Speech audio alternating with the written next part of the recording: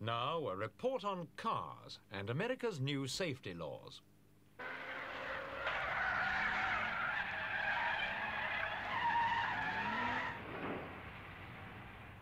Last year, more than 55,000 American motorists died in road accidents, and it's to combat figures like these that the new safety laws were introduced. Their aim is to provide more protection for the occupants of cars involved in collisions. A number of safety features are already compulsory in America, including seat belts, collapsible steering, and lavish interior padding, with more on the way. The Americans claim that last year, new regulations enabled them to save 1,000 lives.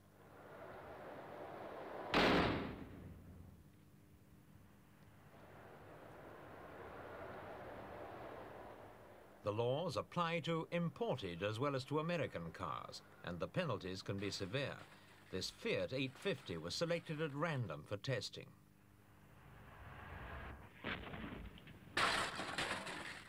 The car failed because its steering wheel moved more than 5 inches on impact and its windscreen shattered. Fiat were fined $100,000. One safety device that looks likely to be compulsory soon is the controversial airbag. This drawing shows how it works. In a crash, a small detonator releases compressed nitrogen from a tube, and this inflates the bags concealed in the dash and the steering column.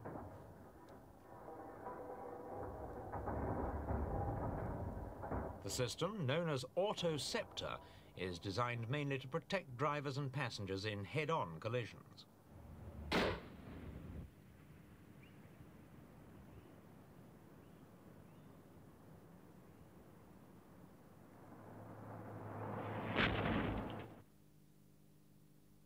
Slow-motion film shows what happens when a car smacks head-on into a brick wall. The impact is followed immediately by an accumulation of G-force. This triggers the airbag, which is released in 4/100ths of a second, just before the occupants move forward.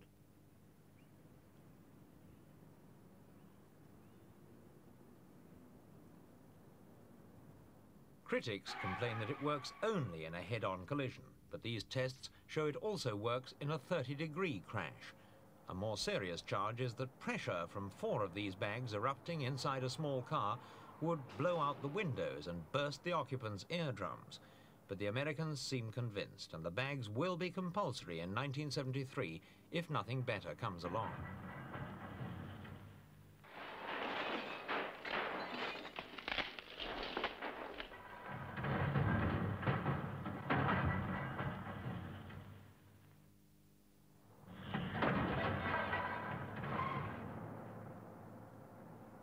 Another test for another foreign car. This time it's the British Austin America.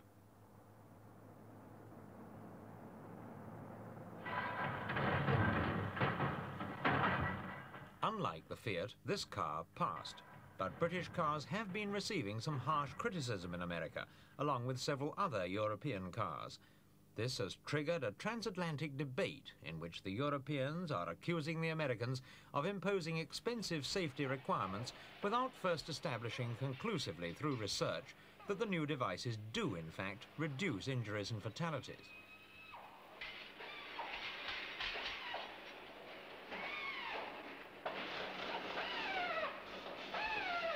Because of the costs involved, several European car makers, and the British especially, are using double assembly lines, one for the American exports and the other for the home market.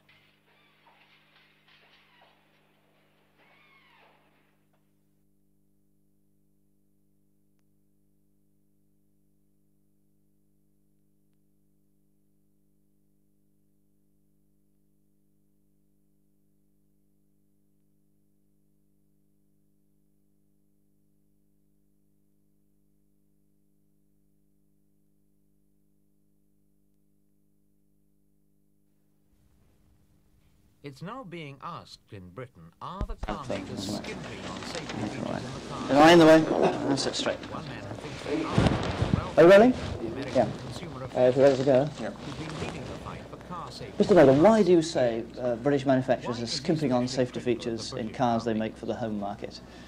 Simply because the British manufacturers are meeting safety features required by United States law for the cars that they sell in the American market, that they're not putting on as standard equipment in the British market for British consumers.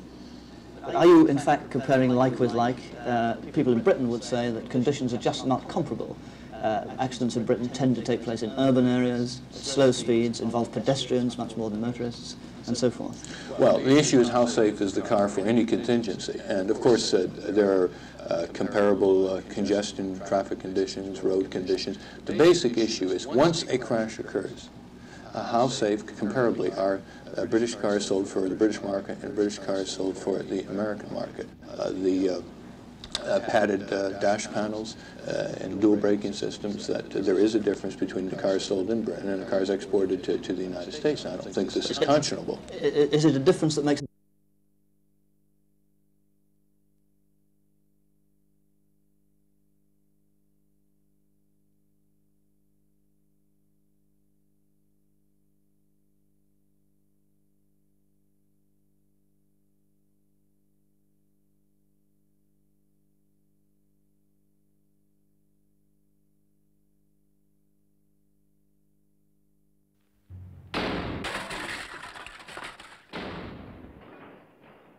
One of the thorniest topics in the safety debate is the type of glass used in windscreens.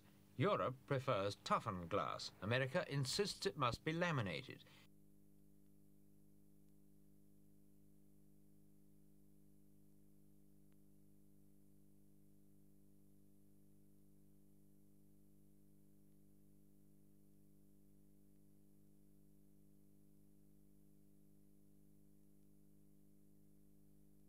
of opinion, isn't there? Yes. Between safety experts here and in the United States about laminated glass, let's say. No, I don't think so at all. As a matter of fact, one of the principal studies comparing laminated glass with tempered glass was made by a combined team of experts at the University of California in Los Angeles and the University of Birmingham in England.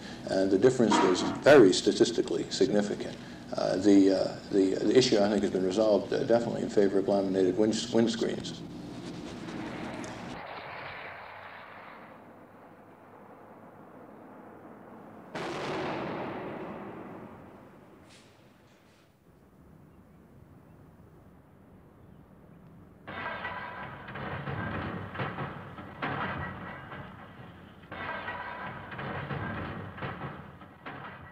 Another problem is the interpretation of accident statistics. America, with 4 times the population of Britain, managed last year Accident figures are much lower than American accident figures. Doesn't this suggest that British driving conditions are safer?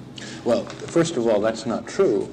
The best comparison is the number of fatalities per 100 million vehicle miles driven.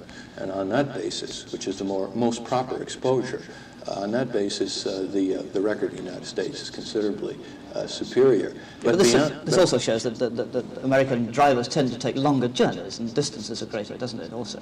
Well, is it a really fair comparison? It's as fair a comparison as we can make, because the comparison of per 100,000 vehicles registered is not as good an exposure, because many of these, for example, could be in garages and not being traveled. It's the mileage exposure.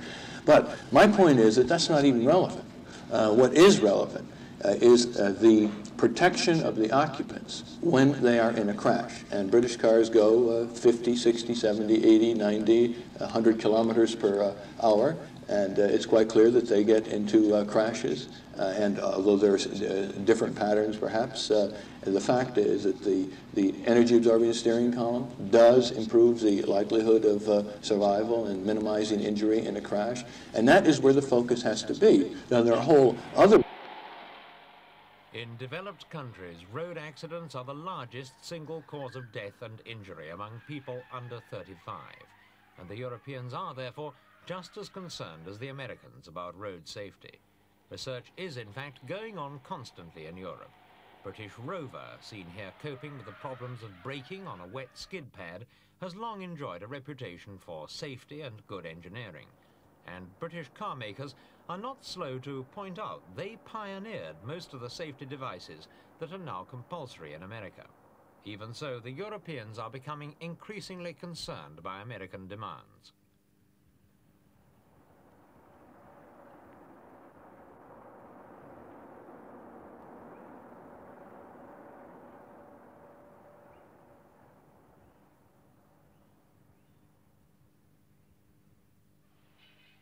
Nader has forced windscreens, dual braking systems, collapsible steering columns and anti-burst locks into the news.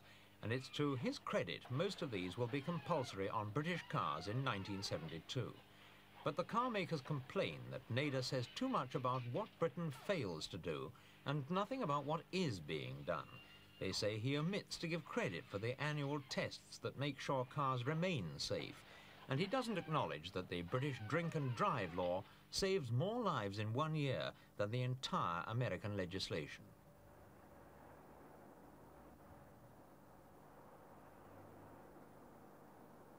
Europeans recognize there are very good economical and geographical reasons why their cars should be different from the Americans. But they also have to sell cars in America, and so the debate over safety standards is bound to continue.